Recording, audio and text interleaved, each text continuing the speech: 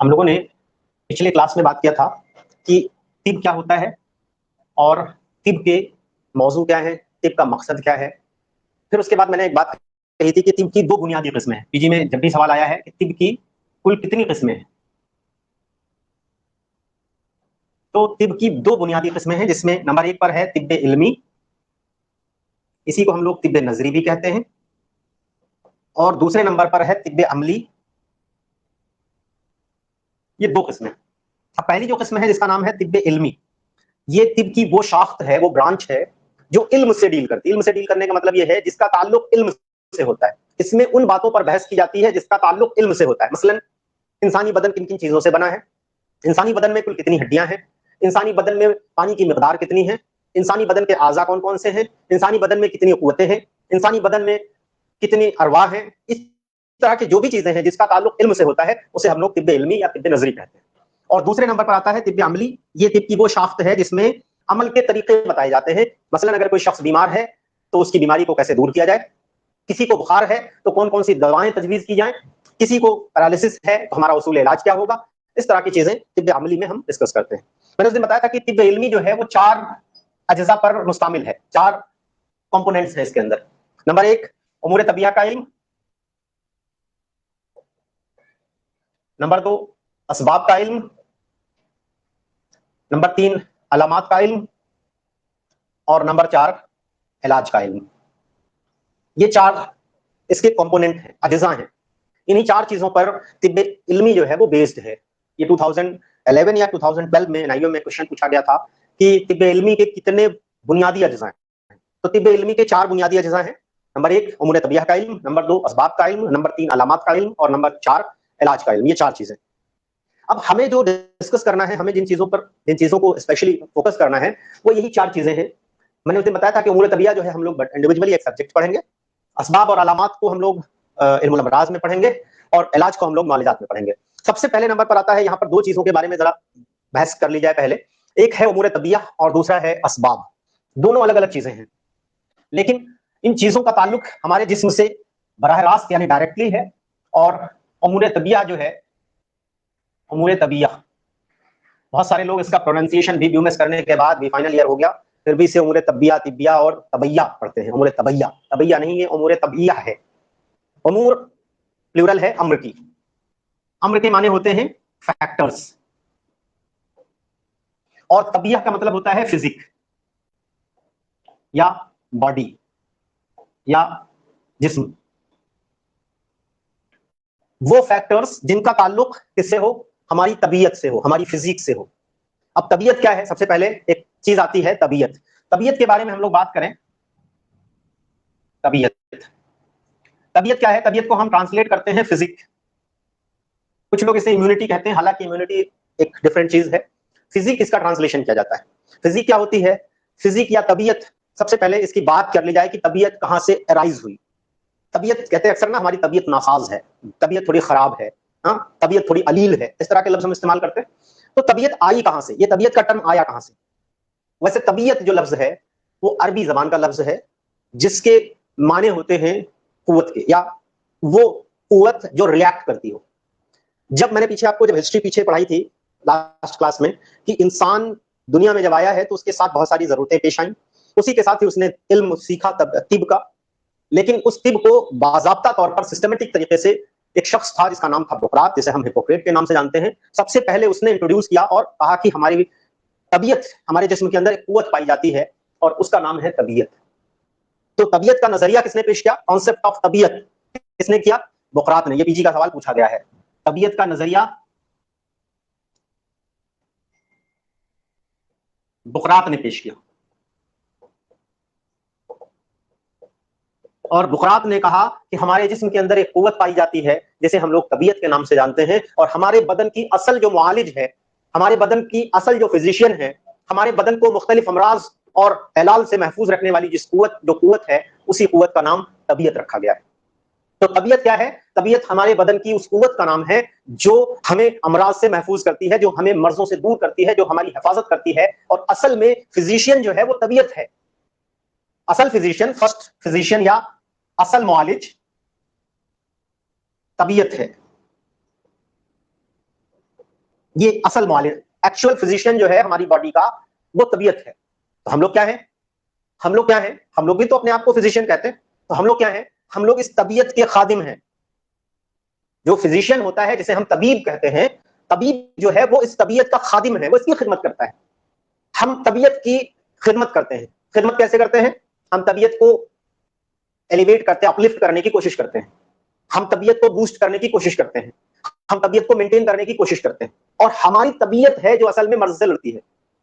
अगर micro organism का concept हटा दिया जाए तो उसके अलावा जितनी भी चीजें हैं सब की सब कहीं ना कहीं तबीयत बेस्ड है। अब तबीयत बेस्ड किस तरीके से है? कहीं पर भी अगर कोई इम्पेला या कंजेशन हो रहा है, यानी इंफ्लेमेटरी चेंजेस हो रहे हैं, तो हम क्या करते हैं, हम एंटी इंफ्लेमेटरी ड्रग्स देते हैं मॉडर्न साइंस के हिसाब से। यूनानी तिब के हिसाब से हम मुहल्लिले और आम दवाएं देते हैं जो वर्म को तहलील करे। वो क्या करती है, हमारी तबीयत को उजागर करती है और उस मादे को डाइवर्ट दूसरे डायरेक्शन में स्विच कराने में मदद करती है। तो हमने क्या किया, हमने सिर्फ तबीयत की खिदमत की। तो अगर असल मुआलिज तबीयत है तो तबीब क्या है? तबीब तबीयत का खादिम है, या उसके लिए एक टर्म इस्तेमाल किया जाता है तबाई। तबीब तबीयत का खादिम है, या तबीब को तबाई कहते हैं। ये क्वेश्चन 2013 में AKTC अलीगढ़ में ये क्वेश्चन पूछा गया था कि अगर तबीयत असल मुआलिज है तो तबीब क्या है? अगर तबीयत असल मुआलिज है, फर्स्ट फिजिशियन हम तबीयत को मानते हैं, तो तबीब क्या है? तो तबीब क्या है? तबीब जो है वो तबाई कहलाता है, यानी तबीयत का खादिम कहलाता है। अब तबीयत उस कुव्वत का नाम है जो हमारे बदन को मुख्तलिफ अमराज और मुख्तलिफ आफात से महफूज करती है। अब वो मुख्तलिफ अमराज कौन से हैं? कोई भी मर्ज हो। मर्ज यूनानी तिब के हिसाब से मर्ज 3 हो सकते हैं। नंबर 1, या तो मर्ज जो है वो सुए मिजाज होगा।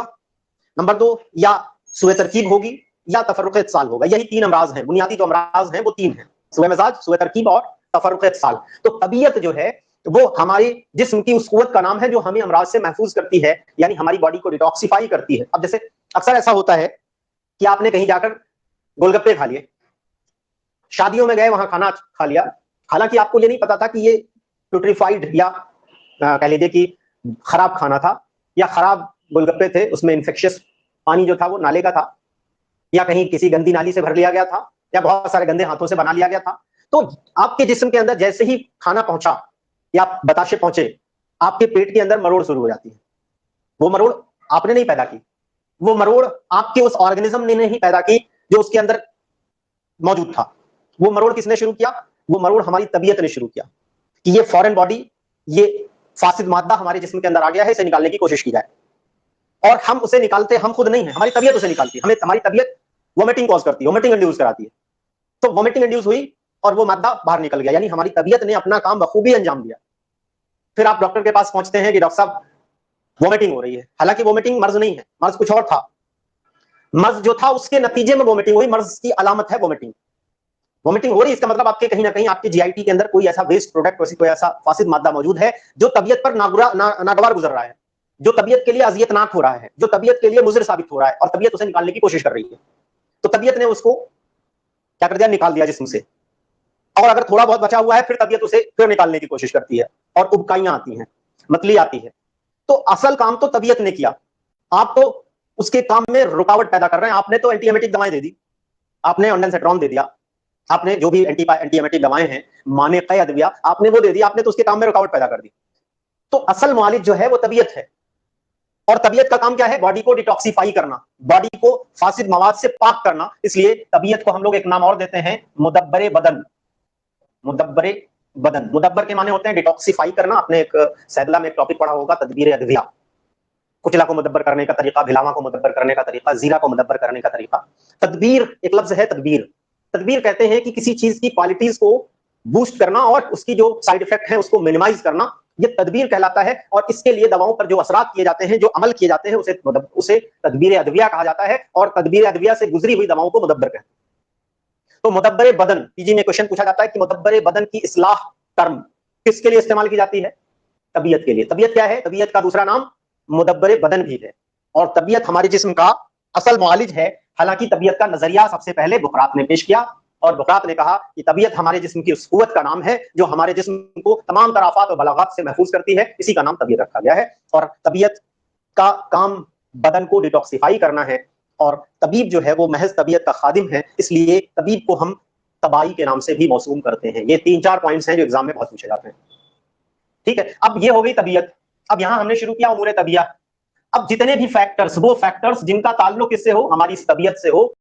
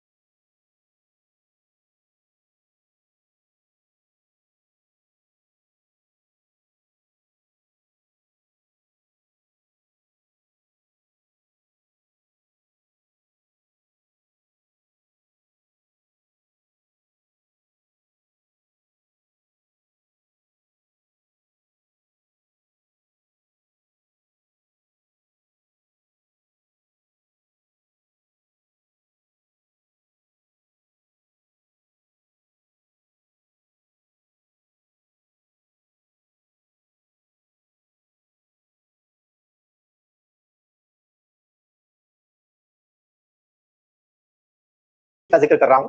जो सबसे टॉप मोस्ट की फैकल्टी है वो क्या है? Speech power, power of speech. ठीक है, पावर ऑफ कम्युनिकेशन। ये तमाम कुवतों में सबसे बालातर है, सबसे टॉप मोस्ट की है। और सबसे टॉप मोस्ट की होने की वजह से इस कुवत को क्या कहा गया है? हम उर्दू में एक लफ्ज इस्तेमाल करते हैं, कुवत नातिका। कुवत नातिका, नातिक कहते हैं बात करने वाला। और जिसके अंदर ये कुवत पाई जाए वो कौन है? इंसान है। और ये कुवत, पीजी में क्वेश्चन पूछा गया, मैंने इस सूरत को रेफरेंस यहां से दिया कि ये जो कुवत है ये तमाम कुवतों में सबसे बाला तरीन है, सबसे टॉप मोस्ट की कुवत है। और इस कुवत के बारे में ये लिखा जाता है कि यही वो कुवत है जो इंसान को दूसरे अनवा से मुमताज करती है, डिफरेंशिएट करती है।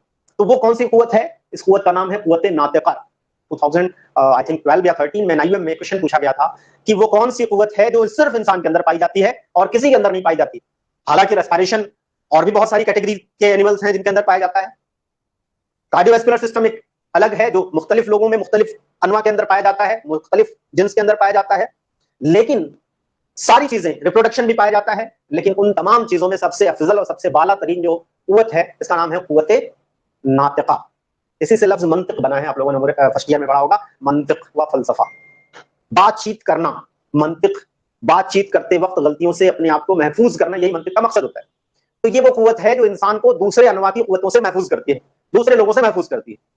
अब महफूज किस तरीके से करती है, सॉरी महफूज कह रहा हूं, डिफरेंशिएट करती है, मुमताज करती है, दूसरे लोगों से मुमताज करती है, ये कुव्वत है। अब जो टॉप मोस्ट की फैकल्टीज हमारे दिमाग, हमारे जिस्म के अंदर हैं, उसमें सबसे पहले नंबर पर आता है कुव्वत दिमाग। दिमाग के मतलब इसमें हिस्स भी है और हरकत भी है, दोनों चीजें इंक्लूड कर दी गई। और इसके लिए जो कुव्वत जिम्मेदार होती है उसे हम लोग कहते हैं कुव्वत नफसानिया। ठीक है, तो कुव्वत नफसानिया। दूसरे नंबर पर आता है कुव्वत तबिया। तीसरे नंबर पर आता है कुव्वत हैवानिया। ये तीन क्या है, फैकल्टीज हैं जो इंसान की जिस्म में पाई जाती हैं। अब इन तीनों का ताल्लुक किससे है, इस तबीयत से। सबके लिए एक तबीयत है, या ये तबीयत जो है सबके लिए रिस्पॉन्सिबल है, सबसे कनेक्टेड है, और कहीं ना कहीं हमारे हर एक कुव्वत को मेंटेन करने में, हर एक कुव्वत को बैलेंस करने में हमारी तबीयत का रोल जरूर होता है। तो तबीयत हमारे जिस्म की उस कुव्वत का नाम है जो हमारे जिस्म को दीगर आफात व बलागात से महफूज रखती है, मुख्तलिफ तरह की अजियत से पाक करती है। इसलिए तबीयत को हम मुदब्बिर बदन के नाम से जानते हैं। ठीक है, समझ में आ गई बात। अब चलिए, तो यहां पर हमने उमूर तबिया का जिक्र किया। उमूर तबिया हमें 7 अम्र मैंने बताया, 7 अम्र। अगर हम एक एक करके बात करें तो सबसे पहले नंबर पर आता है अरकान।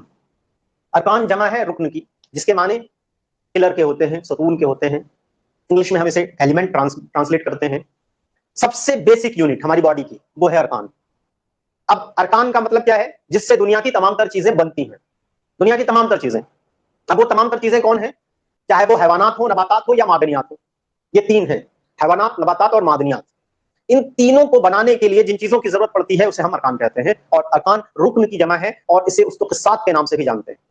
अब अरकान के ताल्लुक से यूनानी एस्पेक्ट में हम बात करें तो यूनानी कहती है कि दुनिया की तमाम तर चीजों को बनाने के लिए 4 चीजों की जरूरत पड़ती है।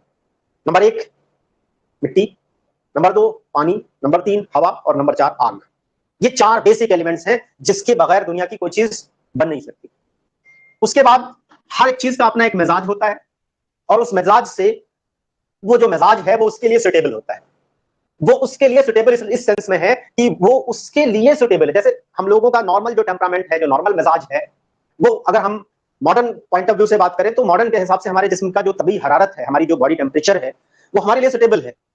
उससे ज्यादा हो जाए तभी नुकसान, उससे कम हो जाए तब भी नुकसान। एक एवरेज टेम्परेचर हमारा 37 डिग्री सेल्सियस, या अगर हम फ़ारेनहाइट में बात करें 98.6 फ़ारेनहाइट, ये हमारा मिजाज है। ये अल्लाह ताला की तरफ से, ये कुदरत की तरफ से हमें एक गिफ्ट है, हमें एक तोहफा है। और इसी तोहफे के हिसाब से हमारे बदन की तमाम तर चीजें कनेक्टेड हैं और वो एक इजी वे में चलती रह रही हैं। अगर यही मिजाज डिरेंज हो जाए किसी भी तरफ, चाहे वो इंक्रीज कर जाए या डिक्रीज कर जाए, तो हम हाइपर की तरफ चला जाए, पायरेक्सिया या फीवर जैसी कंडीशन डेवलप करता है। नीचे की तरफ चला जाए, इसके अंदर डिक्लाइन शुरू हो जाए तो हाइपोथर्मिया जैसी कंडीशन डेवलप करता है। तो इसका मतलब यह हुआ कि मिजाज जो है वो इंसान की किस्मत का है। और एक क्वेश्चन पूछा गया था 2021 में, 2020 में AIPGET में, मिजाज किससे बना है? मिजाज जो है वो अदल फिल किस्मत से बना है। अदल फिल किस्मत यानी हमारी किस्मत का इंसाफ है। अदल माने इंसाफ, हमारी किस्मत का इंसाफ है। किस्मत ने हमारे साथ इंसाफ किया, जो हमारी बॉडी का टेम्परामेंट 98.6 फ़ारेनहाइट या 37 डिग्री सेल्सियस जो हमारी बॉडी को टेम्परामेंट मिला, ये हमारी किस्मत का इंसाफ था। और किस्मत का इंसाफ कैसे होता है? किस्मत का इंसाफ इस तरीके से होता है कि जो आपके लिए सुटेबल हो। बहुत सारी चीजें हैं जो हमें नहीं मिलती, फिर भी हम परेशान होते हैं कि नहीं मिली नहीं मिली, लेकिन यकीनन वो आपकी किस्मत का इंसाफ था। वो किस्मत का इंसाफ इस सेंस में था कि हो सकता है ये आपके लिए नुकसानदेह हो जाए, हो सकता है इसको पाने के बाद आपके अंदर कोई चेंज डेवलप हो जाए, तो ये किस्मत का इंसाफ। तो मिजाज के लिए जो टर्म इस्तेमाल किया जाता है, मिजाज हमेशा किससे बना है? अदल फिल किस्मत से बना है। ये भी AIPGET 2020 में पूछा जा चुका है। उसके बाद अखलाक की बात की जाए। अखलाक क्या है? हमारे जिस्म के वो सयाल अज्जा जो पानी की तरह बह सकते हैं, जिस्म के अंदर रवां दवा है, उसे हम लोग अखलाक कहते हैं। और अखलाक का जो कॉन्सेप्ट था वो बुकरात ने अखलाक के 4 होने की दलील जो पेश की है। एक सुर्ख रंग का होता है जिसे खून कहते हैं, एक सफेद रंग का होता है जिसे बलगम कहते हैं, एक सब्ज रंग का, जर्द रंग का होता है जिसे सफरा कहते हैं, एक स्याही माइल होता है जिसे हम सौदा कहते हैं। तो इस तरीके से अखलाक के 4 होने की दलील है, 2 अलग अलग दलील है, मैं उसको आगे एक्सप्लेन करूंगा। उसके बाद आज़ा की बात आती है। आज़ा क्या है? हमारे जिस्म के वो जामिद अज्जा जो ना तो अखलाक की तरह बह सकते हैं और ना ही अरवाह की तरह उड़ सकते हैं, मुंतशिर हो सकते हैं, उन्हें हम आज़ा कहते हैं। फिर आते हैं नेक्स्ट नंबर पर, अरवाह या रूह की जमा है अरवाह। बदन के लतीफ अज्जा अरवाह कहलाते हैं। कुव्वा बदन की कुव्वतों के नाम, और मेन जो मेजर कुव्वतें हैं वो ये 3 हैं। एक चौथी कुव्वत है जिसका नाम है कुव्वत तनासुलिया, रिप्रोडक्शन पावर, वो कुव्वत तबिया का पार्ट है। अगर आपसे पीजी में कई बार सवाल आया है कि टोटल नंबर ऑफ कुव्वत in human body 3, total number of कुव्वत, या कुव्वत is broadly classified into 3 major categories, 4 नहीं है।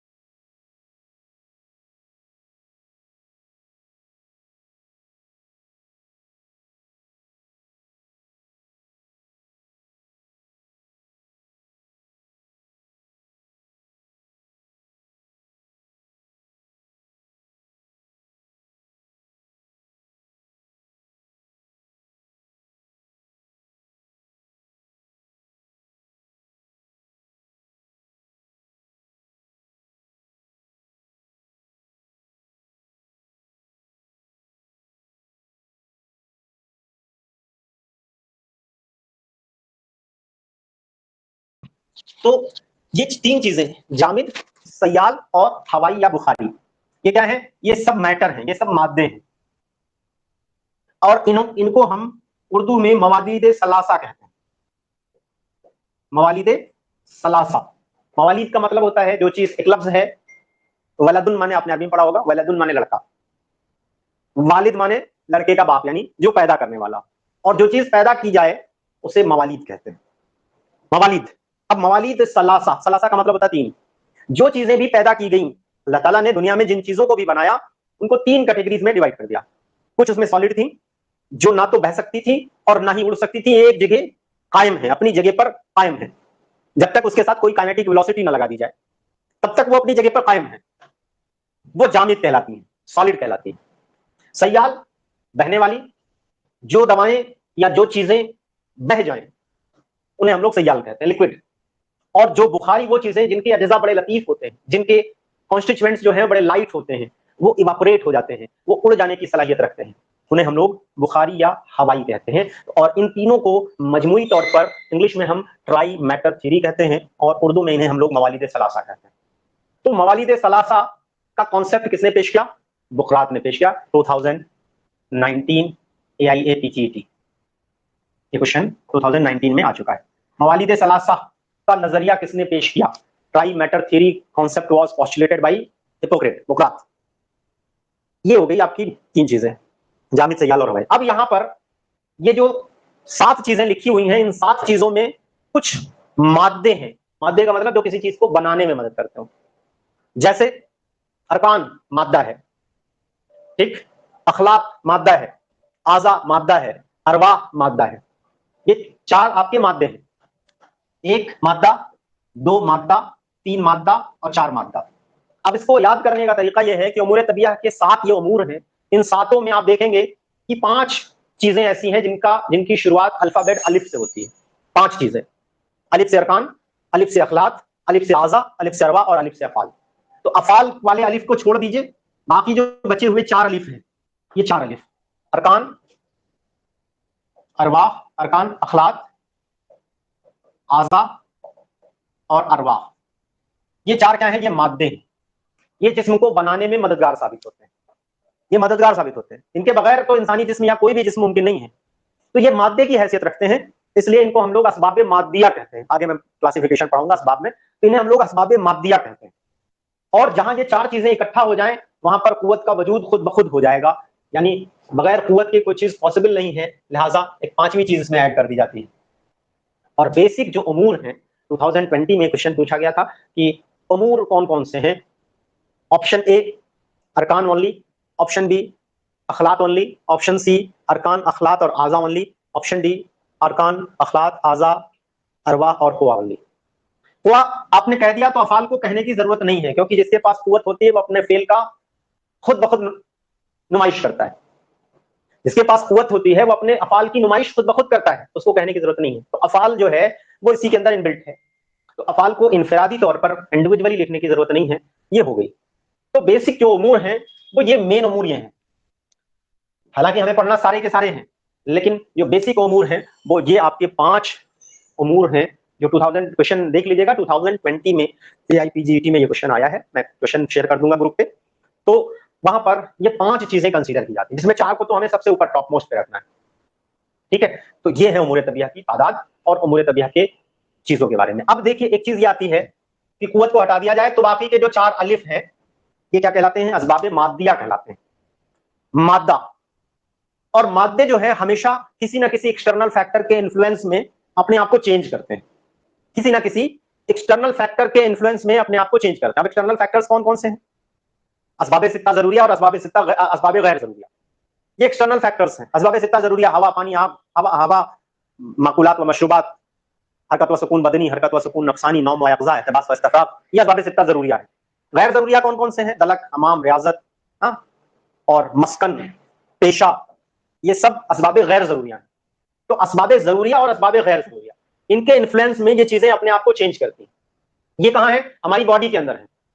तो हमारी बॉडी के अंदर जो चीजें हैं मादे की हैसियत रख रही हैं, ये चेंज होंगी इन्फ्लुएंस में किसके? किसी एक्सटर्नल फैक्टर के। वो external factor 6 essential of life यानी असबाब सित्ता जरूरिया से हो सकते हैं, वो गैर जरूरिया से हो सकते हैं। जैसे आपने एक्सरसाइज करना शुरू किया, आपके इनमें चेंज आना शुरू हो जाएगा, आपके अखलाक लतीफ हो जाएंगे, आपके अखलाक लतीफ हो जाएंगे, आपके आज़ा मजबूत और मुस्तहकम हो जाएंगे, आपकी रूह जो है वो क्या कहते हैं, रूह का तनकिया हो जाएगा। तो इसका मतलब ये हुआ कि ये जो फैक्टर्स हैं ये हमारे किसी ना किसी एक्सटर्नल